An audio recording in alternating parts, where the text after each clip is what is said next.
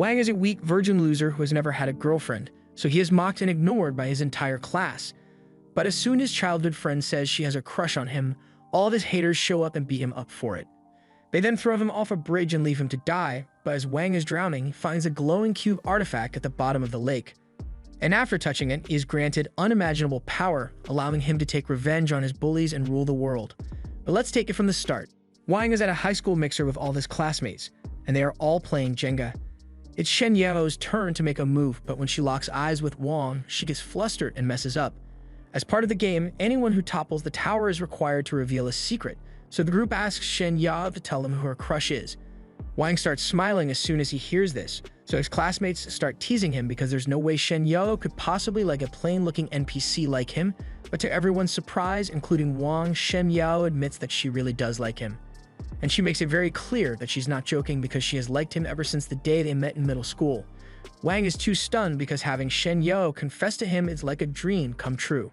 But right after the mixer ended, he got kidnapped and is currently being beaten to a pulp down by the river. Wang has never met any of these people in his life, but their boss, Sunjin, happens to have a crush on Shen Yao.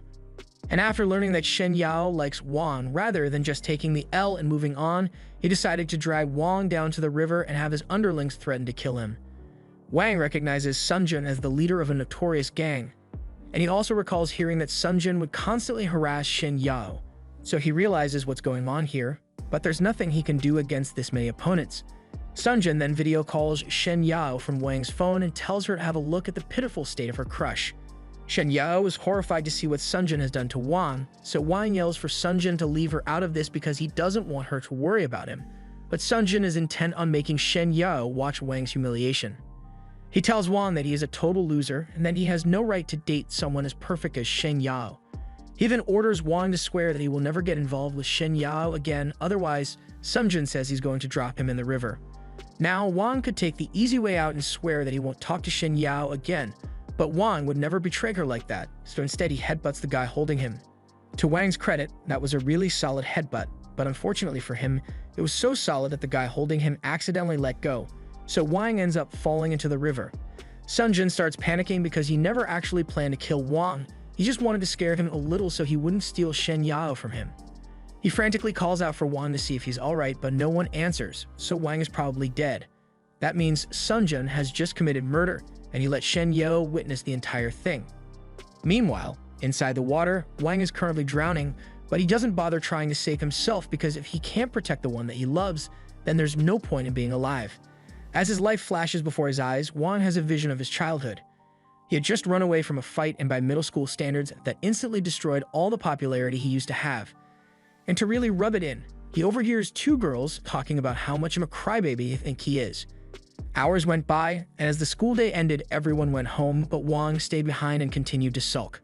Eventually, Shen Yao walks out of the gate, but she stops as soon as she notices Wang sitting by the gate, so she asks him what's wrong. Wang remains silent, so Shen Yao assumes he must have forgotten his umbrella and offers to share hers with him so they can walk home together. Wang refuses her offer and says he can walk home by himself, but Shen Yao reminds him that it's still raining and he doesn't have an umbrella, so he's going to get soaked. Wang realizes she's right, but he says he can just wait here until the rain stops. Shen Yao thinks Wang is really funny, but then she notices a cut on his arm, so she asks him to let her see it. Wang initially refuses, but Shen Yao says she just wants to help dress the wound. Wang eventually agrees, so Shen Yao puts a bandage on his arm and blows a kiss onto it to make it heal faster. And at that very moment, Wang had already imagined the next 50 years of his life with Shen Yao. He thanks her for her help, and from that moment forward, the two of them were practically inseparable. Back to the present, Wang wakes up in the water and he notices a light coming from the bottom of the river. He has already sunk too far down for him to make it back to the surface before he drowns, so he decides to commit to it and swims down to check out the light before he dies. Once he gets to the bottom, he finds a little glowing cube there, so he picks it up, and before he even realizes what's going on, the cube activates and goes inside him. All of a sudden, Wang feels immense pain throughout his body, and a few moments later he is teleported out of the water and starts traveling through a wormhole that lands him in the middle of a cube. When Wang wakes up, he starts panicking because he was drowning a second ago. He is relieved to be alive, but now he has no idea where he is or how he got here for that matter. Just then, a system appears in front of him and announces that Wang now has the power to draw a 15-meter radius around himself, and within that area, he is allowed to teleport to any location instantly. None of that makes any sense to Wang since he doesn't believe teleportation is real. But in the next moment, he gets teleported against his will. He appears into the sky above the canal, and Wang starts freaking out again because he is really high up and he's worried he might fall to his doom. But he's actually floating, so he's safe. Once he calms down, he looks at the ground and realizes that Sun Jin is desperately searching for him in the water because he's worried that he might have killed Wang, and he finds it kind of amusing. But a few seconds later, he gets teleported to a new location. Sun Jin gets the feeling that someone was just watching him from the sky, so he asks his subordinates if they heard anything just now, but they think Sun Jin must have just been hallucinating, so he tells them to keep looking for Wang. Meanwhile, Wang ended up being teleported into an empty classroom in his school, and he is now sure that he really can teleport, but he doesn't understand how he got this power. Suddenly, the system speaks up and tells Wang that he has just continuously activated his teleportation ability. Wang starts freaking out and worries that he might be going crazy since he is hearing voices in his head, but the system corrects him because it is actually in Wang's body, not his head. That's still not very comforting, so Wang tells it to get out of his body, but the system ignores him and warns that someone is approaching. There is a staff member walking towards the classroom because he heard a weird noise coming from inside, but as he opens the door, all he sees is an empty classroom with a puddle of water on the floor. Wang ended up making it back to his house, so he decided to take a shower to relax. Once he's done with his shower, he pulls out his phone and somehow it still works even though it was at the bottom of the river with him. The first thing he does is call Shen Yao to let her know that he's alive, and as soon as Shen Yao answers, she starts frantically asking him if he's alright. He tells her he is fine, but she thinks Sun Jin went way too far, so she asks Wang if they should report him to the police. Honestly, Shen Yao should have called the cops the moment she saw Wang fall off the bridge, but Wang tells her there's no need. He managed to get away without Sun Jin spotting him, so right now, he's probably still searching the river for Wang's body and worrying about all the potential jail time he could get. Anyway, a lot of stuff happened today, so Wang tells her to get some rest for today and hangs up. He then lays down on his bed and wonders what he's going to do about his system, because no one would believe him even if he told them. All of a sudden, the system shows up again and asks if Wang has calmed down yet. Wang asks it why it keeps following him around, but the system reminds him that it is a part of his body now, so Wang can't get away from it. The system then activates the cube and Wang is sucked into it once again. The system explains that it has established a connection with Wang's body, so in other words, Wang is stuck with it forever. That makes him the user of the Heradric Cube Universal System, and by extension, the master of the system. Wang still doesn't fully understand, so he asks the system where he is, so it explains that this is a macro space within the cube, and even though the cube is only 3 cubic centimeters big, it has a lot more space on the inside. Wang knows the system is telling the truth, so he asks it why it bother helping someone like him, and the system tells him it's because it wants to make his dream come true, and that dream is to become the king of the world. Wang tries practicing his teleportation with the system, but he soon runs out of energy, so he almost falls off the edge of a building. The system tells him that its energy reserves have almost been depleted, so it is going to have to limit the teleportation to once a minute. Wang decides to take a break from teleportation practice for now since it'd be bad that he ran out of energy 1,000 feet in the air. The system tells him that there's a safer way to practice because, in theory, he should be able to use his powers to see everything within 15 meters. Wang decides to give it a try, and with his new power, he is able to see his bedroom, a couple in bed, and one of his neighbors while she's in the bathtub. This feels wrong, so Wang stops using the power on his apartment building and tries scanning the garden instead, but he gets scared when a cat locks eyes with him. Wang ends up falling to his knees, so the system warns him that if he keeps using his teleportation and sensory enhancements, then he will run out of energy. For a beginner, Wang is pretty good at controlling his powers, but his body isn't used to burning so much energy, so he ends up passing out. A few hours later, Wang wakes up in his bed and he realizes he might have overdone it with the training last night, so he will be more careful from now on. The system brought Wang back to his room after he passed out because he needs a lot of rest.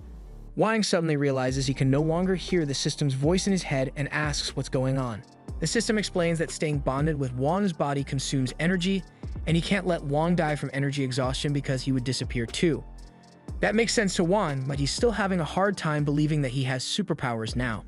He tries searching for information about the cube on the internet, but unfortunately, there's no Indian guy with a tutorial for this, so he's going to have to figure it out on his own. Just then, he receives a message from Yao, and she's asking him if he wants to have lunch with her tomorrow.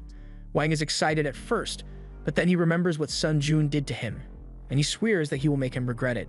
But not right now, because he still runs out of energy way too quickly. He asks the system if there's any way for him to increase his strength, so it tells him that there's an inbuilt automatic upgrade function, so by absorbing an energy gem, Wang can get stronger. Wang gets excited and asks what kind of gems he needs for the upgrade, so the system tells him he can use rocks. Theoretically, any random rock could have energy stored within it, but he would have better luck using rocks like that valuable Chrismatite on the shelf or his mother's priceless diamond ring. Wang can afford to use such expensive rocks on the system, but the system tells him he doesn't need to worry because those don't have enough energy in the first place. But the system did manage to find a gem outside that should have enough power to give him a decent upgrade. Wang asks where it is and the system tells him it's in the downstairs garden, so Wang wastes no time and teleports downstairs with a shovel in hand. He then asks where he should start digging, but the system encourages him to try to find it on his own with his spatial awareness. It's worth giving it a shot, so Wang closes his eyes and starts scanning the area. Eventually, he locates something over by that tree, so he walks over and digs it up. He finds it hard to believe that this rock really has power inside it, since it looks like a regular bright orange pebble, but the system assures him that it can be used for his upgrade. Wang asks what he should do next, so the system tells him to put the gem in his inner cube. Wang enters the cube space and holds the stone up against the wall, and a few seconds later it is absorbed. He is surprised that that actually worked, and he's already starting to feel the power rush into his body. The system explains that the stone's power has raised Wang's strength by 2 and his endurance by 1, and if he keeps absorbing power stones, he can greatly improve his combat ability. The next morning, Wang's alarm goes off, so he gets out of bed, but he's still sleepy because he spent all night hunting for power stones. He suddenly remembers that he has to go to school today, so he hurries to get ready and dashes to his class a few minutes later. As soon as he gets there, Yeo starts asking him for an explanation after everything that happened last night, but then she realizes everyone in class is staring at her.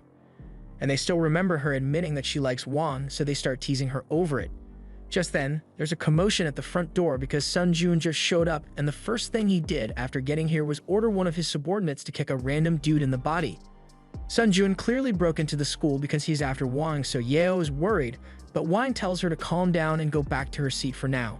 Sun Jun heard that Wang was still alive, so he walks to the front of the class and demands to know where he is. As soon as he says Wang's name, everyone in class looks at him because they're all a bunch of snitches. Wang tries to ignore the problem in hopes that Sun Jun will just give up and go away, but he already spotted Wang, so he starts walking up the stairs to get to him. It doesn't look like Wang will be able to get out of this without a fight, but with his new powers, he should be able to handle him in a fight. Just to be sure, he asks the system if he's got a good chance at winning, and the system tells him this will be an easy win because the average combat power of the people here is 5 and Wang's current combat power is 22. All of a sudden, Yeo tries talking Sun Jun out of this because she doesn't want Wang to get hurt. But Sun Jun just walks up to her and starts shit-talking Wang. Yeo tells Sun Jun to just leave already, but Wang has had enough of this disrespect, so he gets up and apologizes to Yeo for letting Sun Jun harass her for so long, but he says he will take care of him now. Sun Jun is offended that Wang thinks he can take care of him, so he grabs him by the collar and threatens to kill him. However, Wang grabs his arm and squeezes it so hard that Sun Jun momentarily re-evaluates his decisions. Wang tells Sun Jun that if he continues harassing him and Yeo, then he will have no choice but to make him regret it.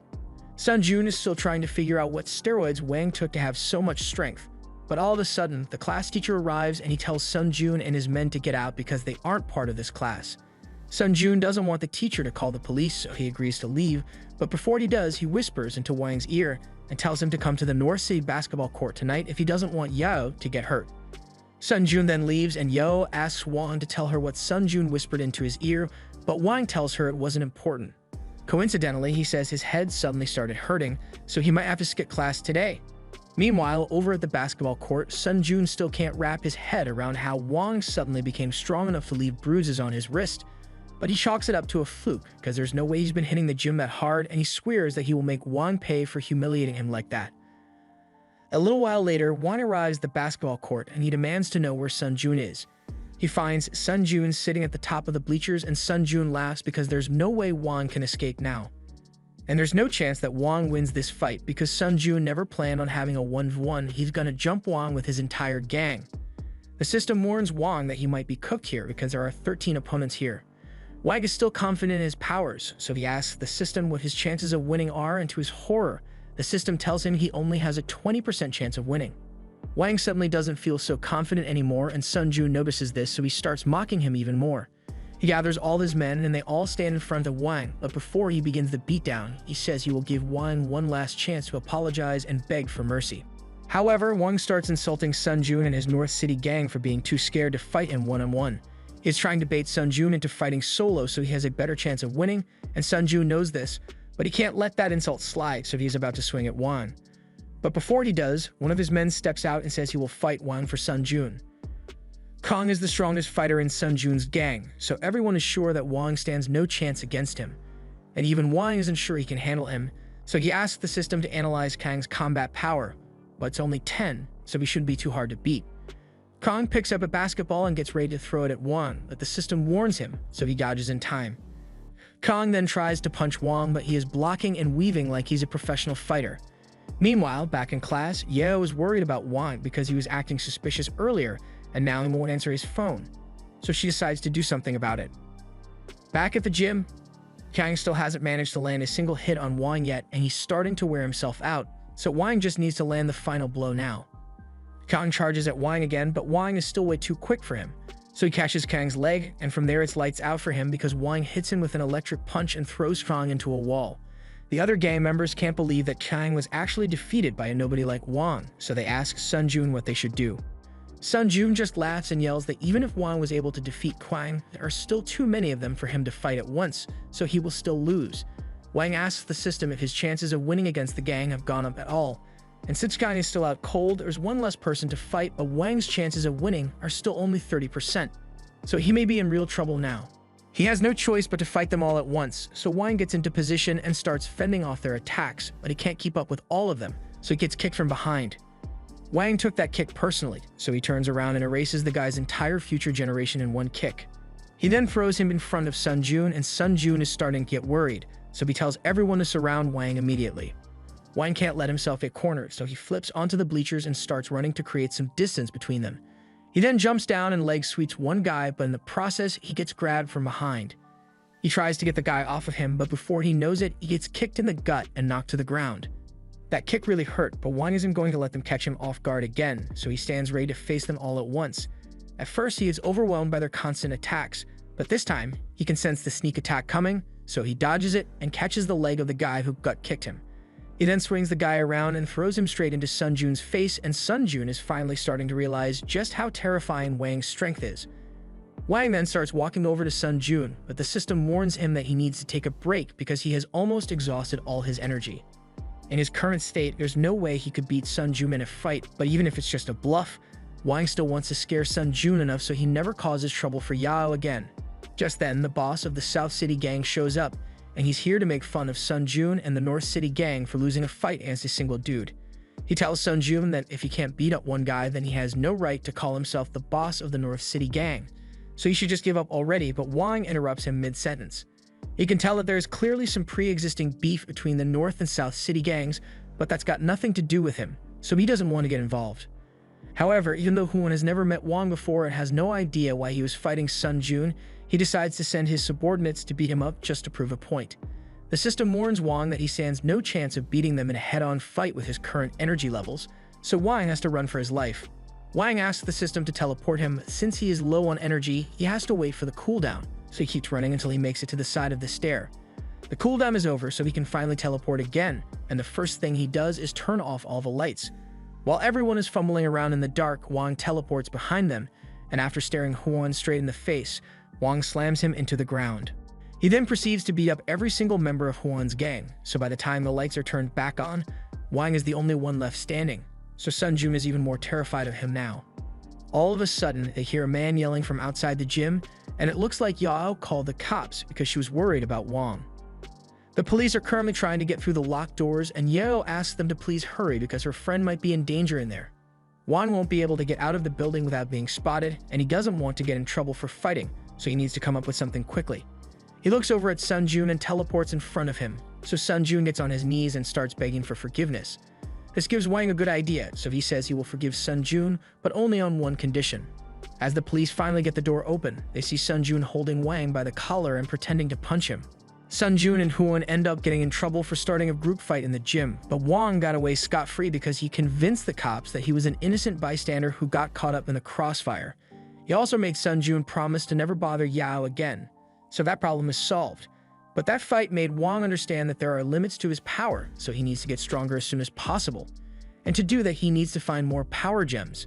He goes looking in a jewelry store, but he soon realizes that he's too broke to afford any of these, and he doesn't want to steal them either.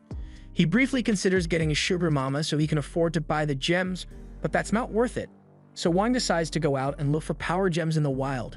He gets a bunch of gear and heads into the nearest mountain range so he can start looking for some gems.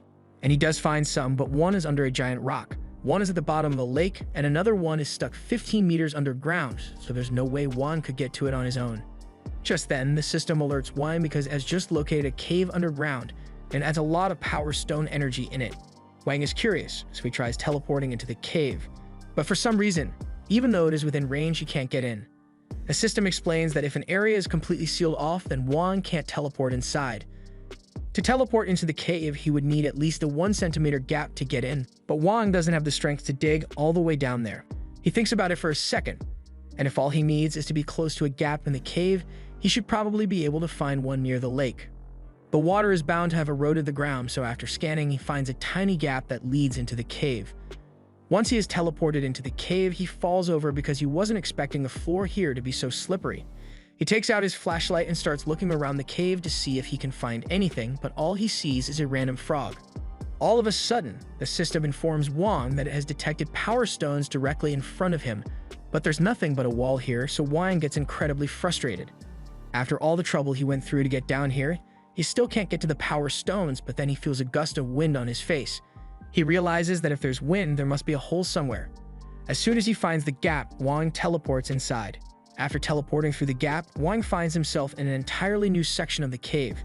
He takes a few steps forward, but he wasn't paying attention, so he nearly falls off the edge of a cliff. Luckily, he managed to save himself, but his flashlight is gone now. He decides to take a break and try to spot the gems before he does anything else. But it turns out that Wang isn't alone in here. He manages to locate the gems in a cluster on the other side of the cave, but while he's trying to figure out how to get there since they are out of his teleportation range, a giant snake sneaks up behind him. But just as the snake is about to eat him, Wang decides to just teleport from rock to rock until he makes it to the gems, so he teleports away before the snake could bite down on him.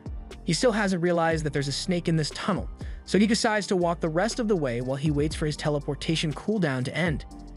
He eventually gets close enough that the system can identify 12 different power stones here, so Wang is really excited, but it's going to be difficult to get to them because the platforms near the power stones are very narrow. He is still completely unaware that the snake is trying to eat him, and he doesn't want to risk falling to his death, so he is hesitant to teleport there. But there's no other way, so just before the snake bites him, Wang teleports down and clings onto a rock for dear life. Now that he's close enough to the power stones, Wang ties a rope to himself for safety and begins mining them, and after getting his first one, he is unbelievably happy. But when he tries to get the second one, his hand slips, and he accidentally drops it all the way down to the bottom of the cave. He can't afford to lose that gem, so he tries using his spatial awareness to locate it, but to his horror, he senses something huge right next to him. As the snake tries to bite him, Wang slips and falls off the edge of the pillar, so the snake dives after him. Luckily, the rope around Wang's waist stops him from falling, so the snake misses him and falls into the water. However, moments later, the rope snaps and Wang ends up falling into the water as well. Now he's in danger of drowning, but the snake is still trying to eat him, so Wang grabs his shovel and tries to smack the snake away. But the shovel does absolutely nothing, so Wang gets captured by the snake, and it begins squeezing the life out of him. Wang asks the system to teleport him into the Q dimension, but the system tells him he can't do that while the snake is holding onto him. So as a last-ditch effort, Wang stabs the shovel into the snake to make it release him. The snake does release him, but Wang is already passed out from a lack of air, so the system automatically teleports him into the cube dimension. And once Wang regains consciousness, he tells the system that he's going to merge with all the gems he just collected. That's certainly an option, but the system informs Wang that there's a better way to do this. He currently has 11 elementary power gems, but they can be synthesized into an advanced power gem, and an advanced power gem will grant him much more power. Wang obviously wants an advanced power gem, but the system tells him it will take 4 days to synthesize the gems into an advanced one. But they don't have that kind of time, so the system tells Wang he can synthesize 9 of the gems and then use 2 of them right now so he can fight the snake. Once he is finished absorbing the 2 elementary gems, Wang teleports back out for the cube and the snake immediately attacks him again. However, this time, Wang easily blocks its attack and kills the snake instantly. Wang is honestly disappointed that the fight was so easy, since he was expecting more of a challenge, but he is grateful for the easy win regardless. He walks into the water to take a look at the snake's corpse, but to his surprise, he finds another power gem in there, and this one looks really pretty, so Wang has a good idea about what to do with it. Meanwhile, Sun Jun and Huan meet in a club, and Huan seems hell-bent on getting revenge against Wang. Huan wants to get even with Wang, but Sun Jun doesn't think it's worth it because there's no way they can beat him. Even with the combined force of both of their gangs, Wang would still wipe the floor with them, but Huan has a plan. He tells Sun Jun that Luo is back in town, and as soon as Sun Jun hears that name, he becomes terrified. He yells at Huan because it would be a death sentence to even consider asking Luo for help with this, but Huan isn't stupid enough to do that. However, he is stupid enough to think he can manipulate Luo into getting rid of Wang for them. He reminds Sun Jun that the reason Luo left town 2 years ago was because he got into a fight with someone stronger than him, a man called Shiku Tsin. Sun Jun doesn't know much about Shiku, but he does remember Shiku having something to do with Shen Yao. Shen Yao was studying in the library when all of a sudden her phone rang. As soon as she answered it, the guy on the other end warned her that someone was coming for her. All of a sudden, Shen Yao is surrounded by 4 men in suits, and these guys don't seem like they are here to give her candy, so Shen Yao gets up and runs straight for the door, but there's an agent blocking her path, so she is forced to run down the corridor instead. She eventually finds a closet, so she opens the door and locks herself inside to escape the agents, but now she's got nowhere to go. The agents start trying to break down the door, and Shen Yao is terrified. But just when things look hopeless, the man who called to warn her tells her to turn around. Behind her, there's a blob of yellow energy floating, and from it, a hand reaches out to grab her, so Shen Yao closes her eyes and waits for the inevitable. By the time the agents have broken the door down, Shen Yao is long gone. She was taken by Shiku, and he's the guy who called to warn her about the agents, so he's currently trying to get her as far away from them as possible, so he's hitting every parkour move in the book. However, the agents have a secret weapon to counter Shiku's parkour, a gun. Shiku gets shot out of the air and he's mostly unharmed, but he won't be able to get away from the agents like this, so he puts Shen Yao down and sets up a barrier to protect her while he prepares for a fight. He jumps off the ledge, and as soon as he lands, he hits one of the agents with a punch that definitely made him start smelling sound. Another agent runs up to attack him, so Shiku punches him away while also fending off 2 other agents. Eventually, one of them manages to tackle Shiku, and now that he's got him, he drags Shiku into the air. After a brief scuffle mid-air, the man manages to slam Shiku into a building with the help of his 3 allies, but when the dust settles, all 3 allies have been knocked out. Shiku, on the other hand, is perfectly fine, but I'm sure at least 10 innocent people just died in that building. Shiku still has an agent confronting him, so he floats back out of the building and takes off his coat because things are about to get serious.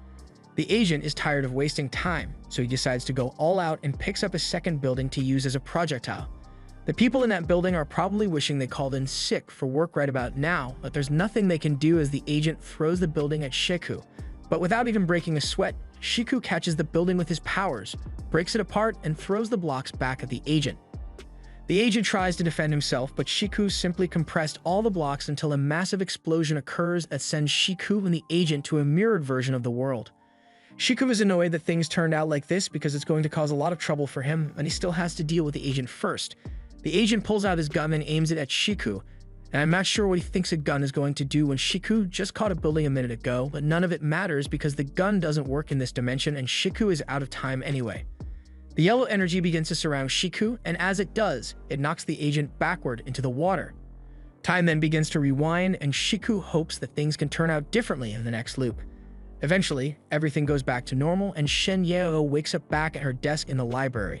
She has no recollection of what just happened, and she finds a young Wang standing next to her and asking for help because he doesn't understand his math homework. Back in the present, Huan continues talking about his plan. Luo has some major beef with Shiku, so if they play their cards right, then they might be able to force Wang into a fight with Luo by using Yao as bait. The next day, Wang is supposed to meet Yao for a date, but she's late, and when he tries to call her phone, she doesn't answer. He thinks it's strange since Yao never ignores his calls, but she might just be busy, so he decides to wait a little longer for her to arrive. However, he eventually overhears someone talking about an incident that happened at the apartment complex where Yao stays, and Wang has a bad feeling about this, so he takes off running to go check on Yao. But to his dismay, when he arrives, he finds the place swarmed with police cars, and Yao's mother is crying because Yao was kidnapped. The police say they are going to investigate to find Yao, But Wang isn't going to wait around for that, so he needs to find out who is behind this. Just then, Wang notices Sun Jun walking through the crowd nearby, and he knows he must have something to do with this, so a little while later, Wang corners him in a dark alley and demands an explanation. At first, Sun Jun tries to play dumb and acts like he doesn't know anything, but then Wang punches a hole through the wall and warns Sun Jun that the same thing is going to happen to his head if he doesn't start talking soon. Sun Jun immediately begins snitching and tells Wang all about the plan that Huan came up with. Meanwhile, Huan is regretting the existence of the dumbass brain cells that made him think this was a good plan. Luo already figured out that Huan was trying to use him, and he hates being manipulated, but he also hates Shiku, so if Huan's plan will lure out Shiku, then he's going to play along. But that doesn't mean he has forgiven Huan, so Luo is currently playing golf with Huan's mouth.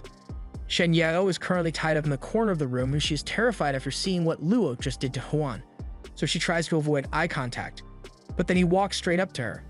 He says he's going to ask her a few questions, and she had better not lie to him because he's not above rearranging her face like he did with Huan. He asks her what her relationship is with Shiku, but Yao has honestly never heard of the guy before. Luo doesn't believe her because they have records of Shiku risking his life against extraordinary men just to save her, so there's no way she doesn't know who he is. It is possible that Shiku saved her without revealing his true identity to her, so she really doesn't know who he is. But Shiku certainly knows who Yao is, and he seems to care about her a lot, so it is strange and he hasn't shown up to save her yet even though she was kidnapped. And even if Shiku does show up, the butler isn't sure that Luo will be able to win against him with his current forces.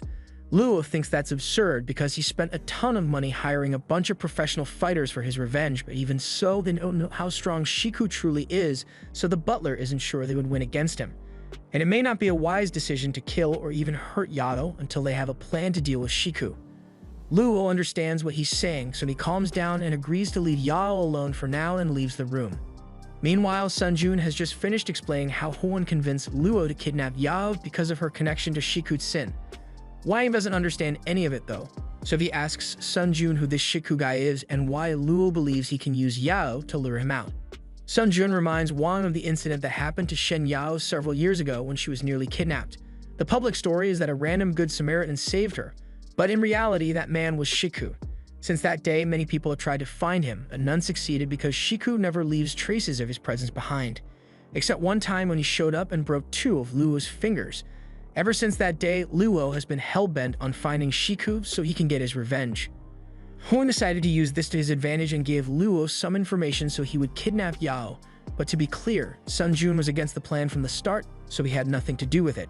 Wang has heard enough, so he is ready to go save Yao, and since Sun Jun wasn't involved, Wang is going to let him go. Wang eventually arrives at the construction site where Yao is being held, but as he approaches, the system warns him that there are 7 powerful martial artists in there. Wang realizes this could be troublesome, so he asks the system if it is done processing that advanced gem yet, but it will still take another 30 minutes to synthesize. Now, Wang could wait until he gets his power boost, but he doesn't know if Yao is safe, so he can't afford to waste any time. As he is walking towards the building, Luo and his team spots him, and even though Wang isn't Shiku, Luo thinks it'll be fun to torment him, so he orders his martial artists to deal with him. But they can only fight him one at a time because jumping him all at once wouldn't be fun to watch. Wang walks up to the front gate and he is about to break the lock to get in, but he is stopped by a martial artist, Pablo. He warns Wang that the lock is reinforced with a supernatural barrier, so if he tries to break through it with brute force, he will suffer severe backlash and die. In that case, Wang tells him to hand over the key for the lock, but Pablo can't do that. He has orders to kill anyone who tries to go upstairs, so he is giving Wang a chance to back away and go home. However, Wang has no intention of abandoning Yao, and if Pablo is going to try to get in his way, then Wang is going to have to beat him up. According to the system, Pablo has a power level of 52 and Wang's power level is still only 50, so he is at a huge disadvantage here. Pablo throws the first punch and it looks like it would have been fatal, but Wang managed to dodge in time and lands a kick across his face. However, it did absolutely no damage to him. Pablo is stronger and more durable than Wang, so even if Wang is a little bit faster than him, he won't be able to land any decisive blows with his fists. But then Wang realizes this is a street fight, so as the man charges at him again, he teleports a nearby hammer into his hand and caves in his skull with it. While Pablo is taking a potentially permanent nap, Wang takes the key and proceeds to the next floor. As he is running up the stairs, the system warns Wang that the next fighter has a power level of 75, but Wang doesn't hesitate and rushes into the room. As soon as he enters, he realizes all the lights are off, so the room is pitch black. The martial artist on this floor, Lee, is an assassin who has mastered the technique of erasing his presence in dark places. All his stat points were dumped into stealth, so he could easily sneak up on Wang and kill him before he realizes what's going on. Or at least, that would be the case if Wang didn't have spatial awareness. Wang knows exactly where Lee is, so as he is trying to attack Wang from behind, Wang pulls a bat out of his inventory and whacks Lee right in the nuts. Two martial artists on the upper floor have been watching Wang make his way up the floors, and they are surprised that he managed to beat them so easily. But his next opponent is going to be Beowulf, and the man doesn't think Wang stands a chance. He predicts that it will only take a few seconds for Beowulf to crush him, but if by some miracle Wang manages to defeat him, then he will have to face them, and the girl is particularly excited. Wang eventually makes it up to the next floor, and Beowulf is standing there waiting for him with his back turned. He's about to give a speech about how impressive it is that Wang made it this far, but Wang skips the cutscenes and tries to whack him with a bat immediately. However, Beowulf catches it and slams Wang to the ground. That single slam knocked all the wind out of Wang's system, so he knows he stands no chance against Beowulf as he is now. But fortunately, the system informs him that the advanced gem is almost fully processed, so he just needs to survive for a minute so he can get his stat boost. Yeah, that's going to be a lot harder than he thought because Beowulf is currently hitting combos on Wang, and there's nothing he can do about it. Wang attempts to kick Beowulf, but getting close to him was a mistake because Beowulf catches Wang's leg, breaks his arm, and then punches him straight through a pillar. Wang would be dead right now, but a minute has passed, so the system begins integrating the advanced gem's power. This heals Wang's body and boosts all his stats, so he is ready to resume the fight, but this time the scales are tipped in his favor. Since Wang is back on his feet, Beowulf gets ready for another round of battle, but with a single punch, Wang sends him flying across the room. That punch has Beowulf questioning everything he has worked for, because he can't believe a sea-level warrior like him would lose to a random kid. But that random kid proceeds to hit him with a black flash and knock him through the wall. Luo has been watching the whole thing on the cameras, and he is furious that the highly trained martial artists that he paid for are losing to a kid he's never even heard of. Maybe it would have been better to have them jump Wang after all, but the butler assures him that the next two martial artists will definitely defeat him. They are from the Million Martial Arts Alliance, and it is safe to say that they are true professionals. Million Stone is a force to be reckoned with. The girl is even more terrifying than he is. Since she got here, she's been wearing a restriction bracelet to limit her powers, and if she were to remove it, there's no telling the amount of destruction that she could cause. Wang is now climbing the staircase to get to the next floor, but the system warns him that his heart rate is skyrocketing and he is experiencing severe psychological stress. Wang is well aware of this, and he is stressed because he can sense the terrifying aura coming from the people on the next floor. But no matter what, he needs to keep going so he can save Yao. Wang makes his way up to the next floor, and once he is in the room, he is confronted by Stone and Kui. She is excited that Wang is finally here, so she pulls out a power scanner and walks up to him so she can see how strong he is.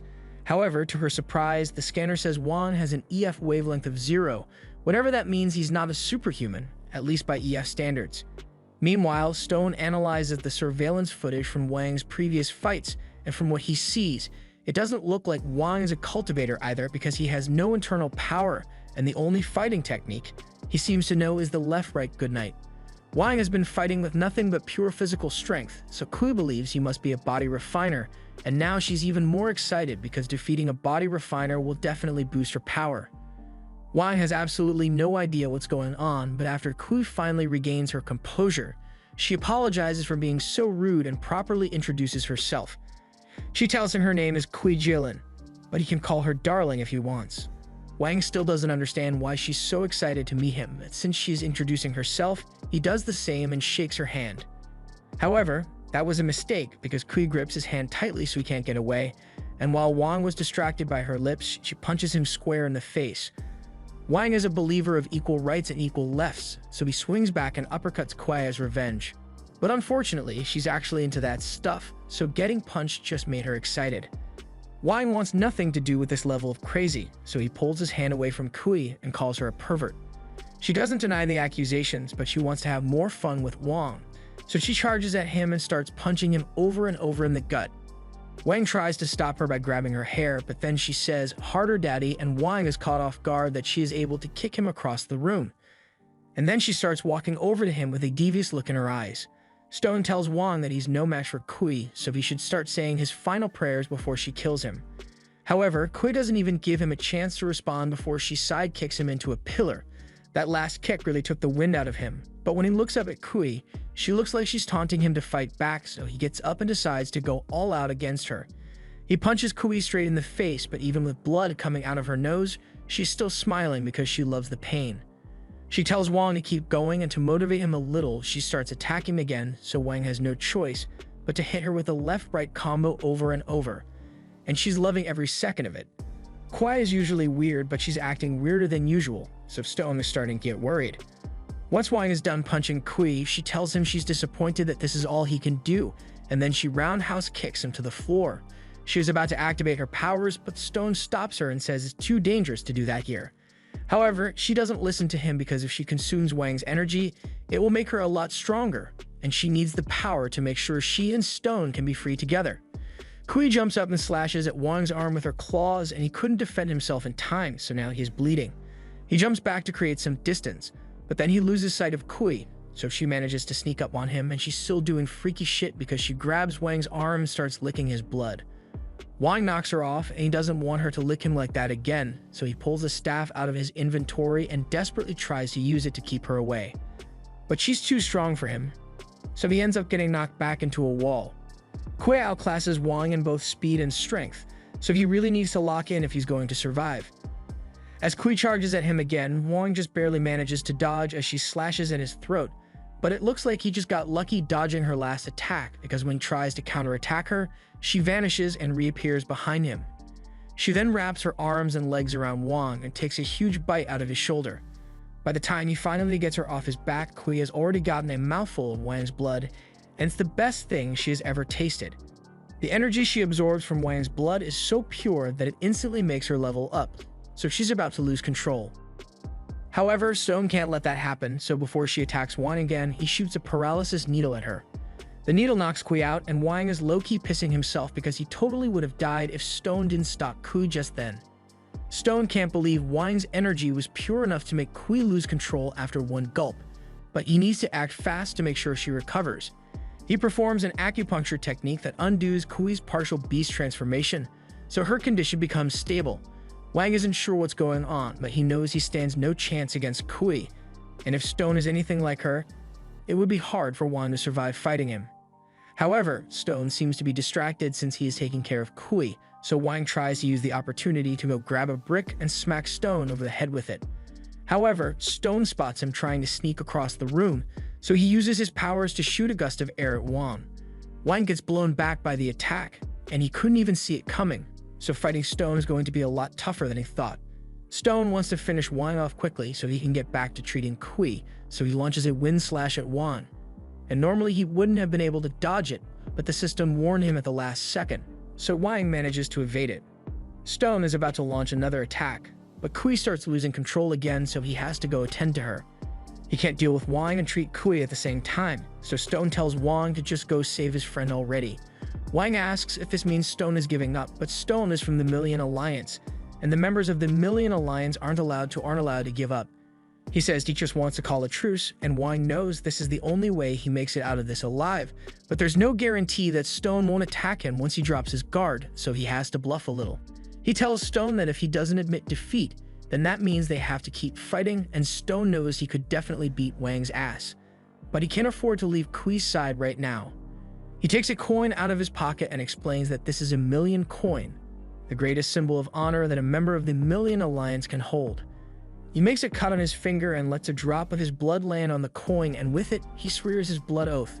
He promises that he won't attack Wang anymore if he agrees to the truce, and if Stone breaks the oath for any reason, then he will immediately turn to dust. A blood oath is serious business, so Wang knows he can trust Stone's word, but he still takes a video of it just for fun.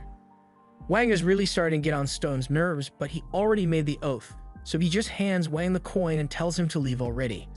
But before Wang leaves, he makes sure to rub it in Stone's face that he was forced to agree to a truce with someone like him. Wang then leaves, so Stone makes a call to one of his allies to inform her of what happened.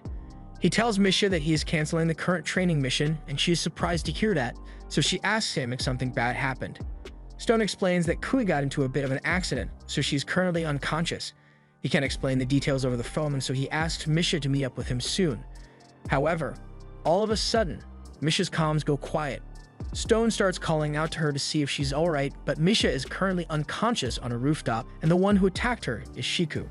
Meanwhile, back at the construction site, Luo stopped paying attention to the surveillance footage a while ago because he thought there was no way Wang would ever defeat Stone and Kui. But then his last assassin, Chu, gets up and starts walking over to the staircase. Luo asks Chu what he is doing, so Chu explains that all the other assassins have been defeated, so he is going to join the fun. Upon hearing this, Luo starts panicking because he believes that the only one strong enough to get past Stone and Kui would be Shiku. He asks his butler if what Chu said is true, and the butler confirms that all the assassins have been defeated, but the one responsible isn't Shiku. It was Wang. And technically, he didn't defeat Stone and Kui, he just made a truce with them. Regardless of how he managed to do it, the butler tells Luo that it is too risky for him to continue with his plan to lure Shiku out, so he urges him to evacuate as soon as possible. But Luo refuses to do that because it would make him look like a coward. He turns to Chu and asks him if he can still help carry out the mission. He even offers to pay triple the original price, but Chu feels insulted that Luo thinks he can order him around with money, so he has his puppet launch an energy slash at Luo. Luo's butler is quick enough to block it before Luo is decapitated, but it was only a warning shot. The butler then warns Luo not to anger Chu again, saying he won't be able to save him next time. Once Wang makes it to the next floor, he punches the door down and walks into an empty room. When he first got here, he remembers the system telling him that there were 7 powerful people in this building, and so far, Wang has only fought 5. That means there should be someone guarding this floor, but as far as he can tell, this place is completely deserted. All of a sudden, Wang hears someone talking, so he turns around and finds Shan and his puppet sitting on one of the support beams. He says he's going to be Wang's next opponent, so Wang asks the system to scan his power level. And to his surprise, the system informs him that Shan's power level is only 7. That means he is just a regular dude, but Shan seems really confident, so Wang asks the system if it's sure about the power level. The system tells him that Shan's power level is indeed only 7, but that puppet on his shoulder has a very intricate design, and it is being powered by an intermediate level gem. Shan admits that he really is just a regular human, but that doesn't stop him from putting a talisman on his leg and using it to introduce Wang's head to a brick wall. Wang is gasping for air from that kick, and he still can't believe that Shan managed to hit him with so much force. But while Shan may be an ordinary man, he does have one superpower, and that power is being rich enough to buy a boatload of talismans from the monks. Wang doesn't want to know what Shan learned from the monks, so he panics and starts throwing bottles at him, but Shan easily blocks them. And when Wang tries to attack, he parries it by kicking him in the gut. Wang gets back up and starts going after Shan again, but Shan's technique is so good that Wang can't lay a finger on him, no matter how hard he tries. And Shan is enjoying every moment of this. He is ready to charge at Wang this time, but Wang doesn't plan on playing fair, so he throws some dirt in Shan's eyes, and while he is temporarily blinded, Wang starts putting some pressure on him. Shan is having a hard time dodging Wang's punches now that he can't see anymore, but he is still holding his ground fairly well. Wang knocks him back, so he jumps up onto the beams and pulls out a bottle of Tibin eye drops, and uses them to get his eyesight back. Now he can see again, but Wang is still attacking him with full force, so Shan locks in and catches Wang's punches before sticking an explosive talisman on his chest and punching him back. Wang is starting to slow down now, but Shan isn't going to give him any time to rest, so he hits Wang with a flurry of kicks and knocks him through the back wall. Wang gets back on his feet as soon as he can, but then he sees Shan's puppet zoom past his face, and he already knows this can't be good. The puppet starts firing green energy blasts at him, so he is forced to run around the room to avoid getting hit. Eventually, he manages to get close enough to the puppet to knock it out, but he was distracted for so long that Shan was able to sneak up behind him. Wang instinctively turns around just as Shan lands a punch on him, but the punch was so devastating that he spits up a mouthful of blood. And Shan is very pleased with himself, but then he realizes that he made one fatal error. He let Wang grab his hair. He begins struggling to get his hair out of Wang's hands, but Wang has already got a devilish smile on his face because he knows what he's about to do to Shan. Wang then wraps Shan's hair around his hand, and for extra disrespect, he spits in his hand before hitting Shan with a punch that sends him flying across the room. Wang is still holding a lock of Shan's hair in his hand, so he is satisfied with his punch. But then he remembers that Shan is a regular person, so hitting him with a full power punch might have killed him. Wang looks over at Shan's body with worry in his eyes, but even though he took a lot of damage, Shan is still alive. He had already put a revival talisman on his chest in case of emergencies like this, but unfortunately, it can't revive his hairline. Shan is impressed that Wang was almost able to kill him just now, so he swears that even if he has to use every trick in the book, he is going to take Wang down. First, he uses some Tibetan hair growth cream to restore his hair, and then he covers his body in all kinds of enhancement talismans to give himself a huge power-up. And with his new power, he begins speed blitzing Wang and combo juggling him around the room. Wang tries his best to fight back, but the second he throws a punch, Shan sticks 7 talismans on his arm, and all of a sudden, Wang feels a lot slower than before. Shan then sticks an explosive talisman on his chest to send him flying, and Wang nearly falls off the building because of this, but at the last second, he saves himself just to be attacked with more green blasts from Shan's puppet. Wang can't let himself get hit, so he runs around the room and grabs the puppet to stop it from blasting again. But then Shan uses the magic control thread as a rope to swing Wang around the building and slam him into yet another wall. That hit nearly knocked Wang out, so as he is slowly regaining consciousness, he sees Shan slowly walking towards him. Shan tells Wang that those talismans that he put on Wang earlier cost him 3.5 million, but Wang says he doesn't care about how much money Shan spent on his equipment. However, a moment later, Shan activates the talismans and Wang's arm is now feeling really heavy, so he can barely move. Shan uses the opportunity to prepare a special explosion talisman and throws it at Wang, resulting in a huge fiery explosion. Luo watches the whole thing happen from his security cameras, and he is impressed by Shan's strength. But just when Shan thought he had finally killed Wang, he sees him emerge from the flames completely unharmed. He managed to summon a shovel from his inventory just in time to shield himself from the explosion, and Shan is furious because that explosion talisman cost him a fortune. He sends his puppet after Wang again and has it charge up a huge blast, but before it could fire, Wang uses his shovel to smack it out of the air. Wang then proceeds to grab the control string, and since he still has those weight talismans on him, he is way too heavy for Shan to pull, so he drags Shan over and punches him away. He then proceeds to play a game of human paddleball with Shan's body until he finally hits him so hard that the control string breaks and Shan is sent crashing into a wall. That knocked all the wind out of his body, so this fight is pretty much over and Wang is relieved that he managed to survive. He starts hobbling over to the final door so he can save Yao, but he is so exhausted that he can barely keep his eyes open. Meanwhile, Luo's butler comes over to him and says they need to leave the building immediately. Wang has just defeated Shan, and with him gone, Luo will stand no chance if Shiku shows up now. However, Luo still doesn't want to leave. He knows his butler is trying to keep him safe because if Luo were to die here, it would bring great shame to the entire Yan family. But some things are more important than protecting the family name. On the day that Luo lost his fingers to Shiku, he also lost his pride, and he won't be able to live with himself unless he settles the score once and for all. Besides, he still has his trump card, so he is willing to risk everything to make sure he gets back at Shiku. At the same time, downstairs, Wang hears a strange beeping noise, so he turns around and discovers that the intermediate gem inside Shan's puppet has been rigged to blow. This is Shan's final attempt to take Wang out, so he jumps off the building to get out of the blast radius and uses a gravity talisman to make himself float. And once he is at a safe distance, he activates the bomb, but to his dismay, nothing happens.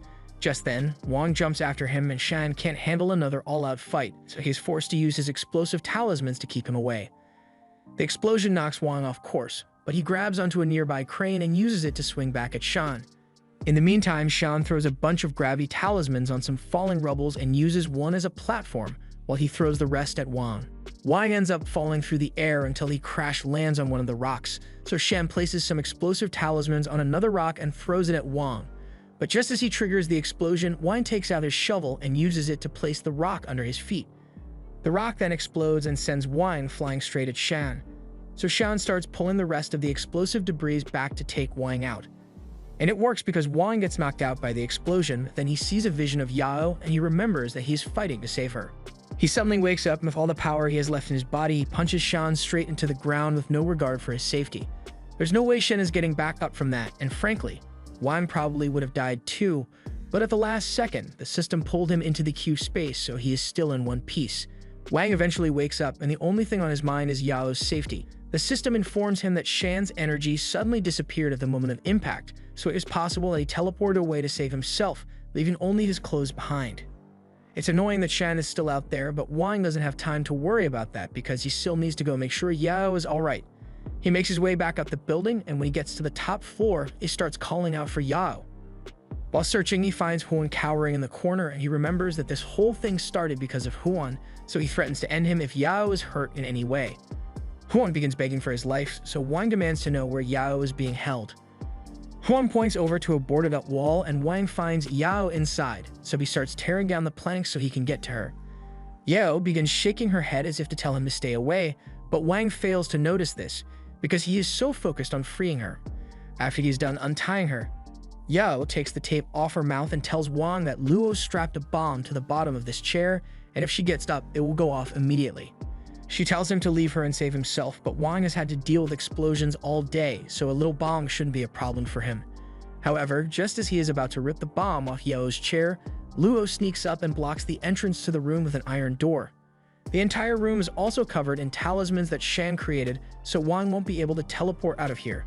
That's a huge problem since his whole plan was to teleport the bomb outside, so Wang asks the system if it knows how to defuse this bomb.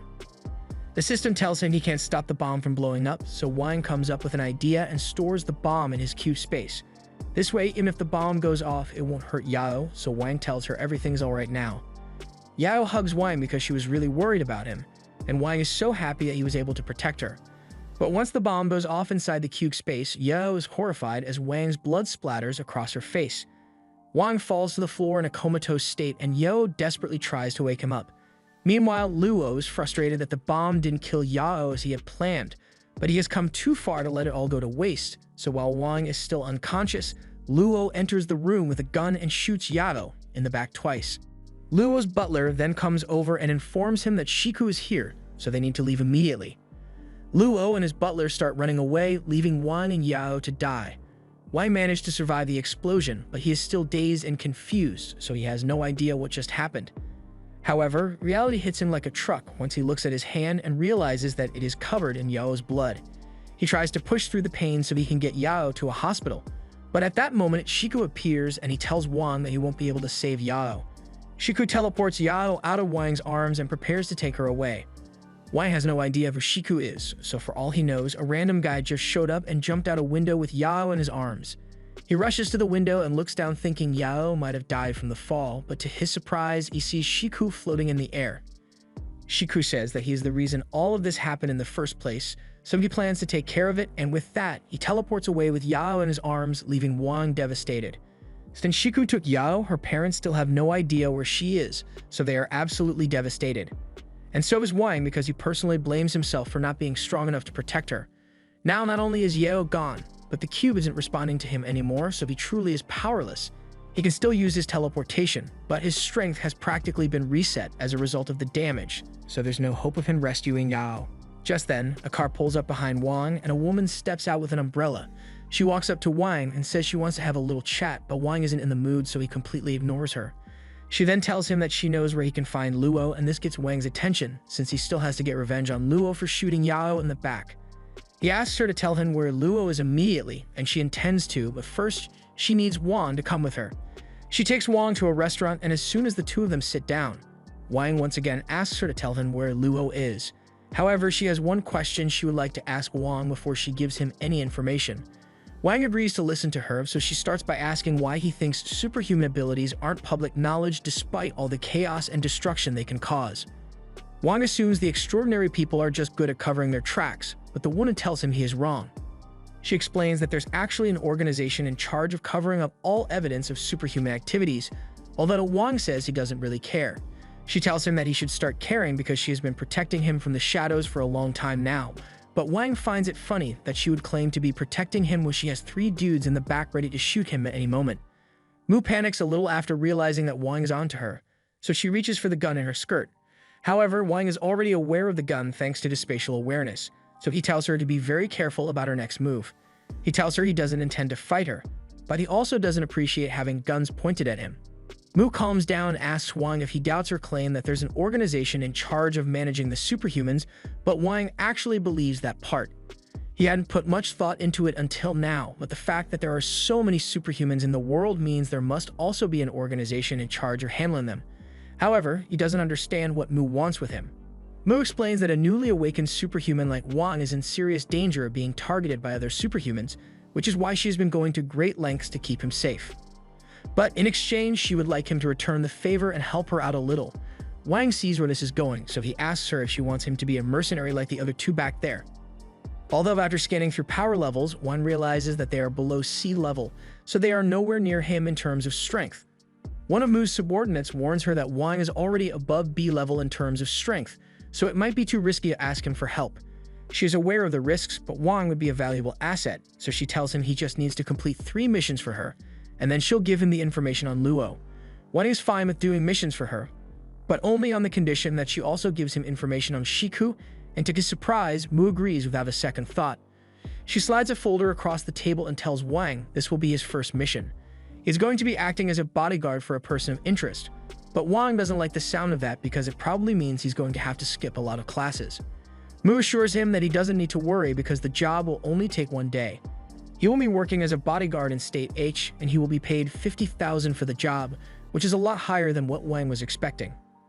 Wang is starting to get suspicious and asks why she thinks he would trust her, but the fact that she brought him here for a friendly chat should be enough to prove that she means no harm. Aside from the gun she nearly pulled on him. That aside, Wang will still need to take an assessment test to prove that he is qualified enough to fulfill the job, so she looks forward to seeing how well he performs. Mu and her team then get up to leave the shop, and Wang is left alone with the mission folder. He really doesn't like the idea of working for these strange people, but if he wants to rescue Yao, he needs as much information as he can get, and right now, Mu is the only one with that information. While Mu was in the car with her subordinate, he asks her why she chose to ask someone like Wang for help. Wang is far too unpredictable for them to reliably control, and Mu understands that, but you can't expect to gain without taking on some risks, and unless she is willing to take a risk on Wang, she'll never be able to grow her organization. Besides, she already did a thorough investigation on Wang, and he seems like a good kid. It has been a month since he awakened his powers, and he hasn't done anything evil yet.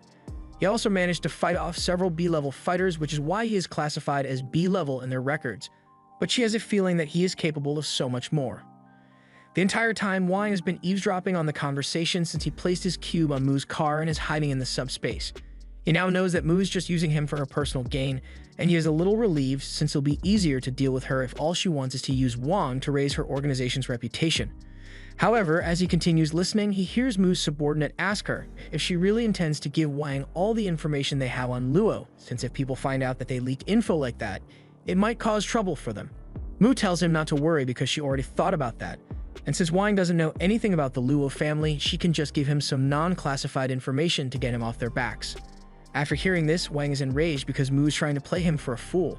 He isn't going to let her get away with this, but for now, he decides to play along with Mu's game because he has no other leads on Luo or Shiku.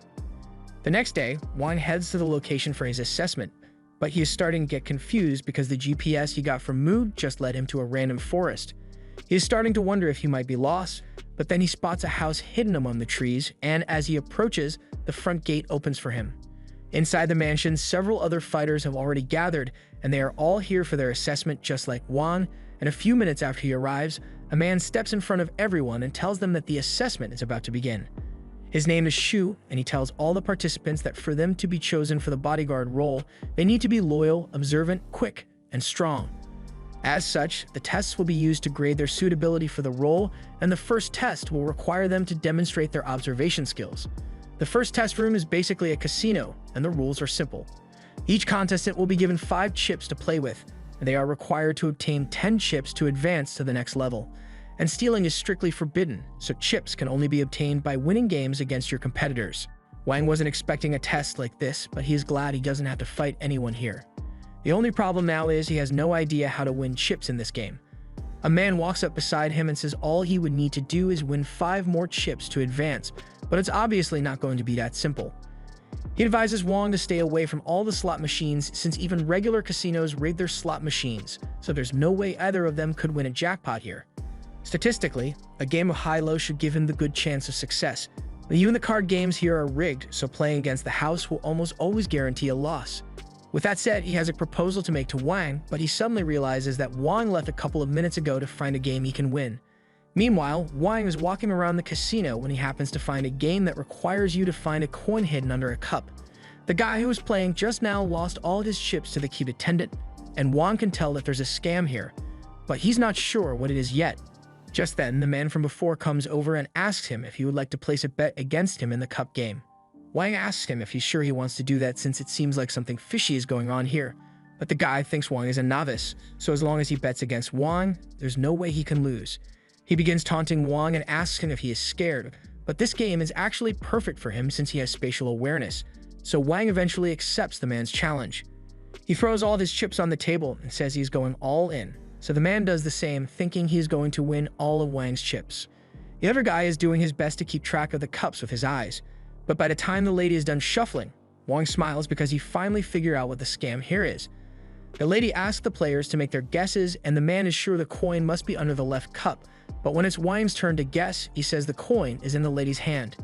Everyone thinks Wang is crazy, and the lady tries to convince him to choose one of the cups instead, but he is sure that the coin is in her hand. She then moves the coin from her left hand to her right hand without anyone noticing, just to try and trick Wang, but he won't fall for such petty tricks, so he asks her to open her hands and show everyone. The lady can't hide it anymore, so she is forced to reveal that the coin really is in her hand, making Wang the winner of the bet. Technically, the lady didn't break any rules since playing dirty isn't forbidden, but the man is sure that he saw a coin under the left cup, so he is still really confused. And after thinking about it a little longer, he suddenly realizes what must have happened. The lady must have had two coins in her hand at the start and only put one in the cup. Then, after the man made his guess, a trapdoor opened underneath the cup to hide the coin. He pushes the lady aside and starts searching the table for the trapdoor, but he can't find anything. And since he has no proof, the lady tells him to just accept defeat already. He can't believe he fell for such a simple trick, and he is even more shocked that plain-looking guy like Wang was able to see through it. After that, Wang passes the rest of the tests fairly easily, so by the end of the assessment, he and a few other candidates are selected to become bodyguards for the mission. This was the end of episode 8. Subscribe to not miss the next part.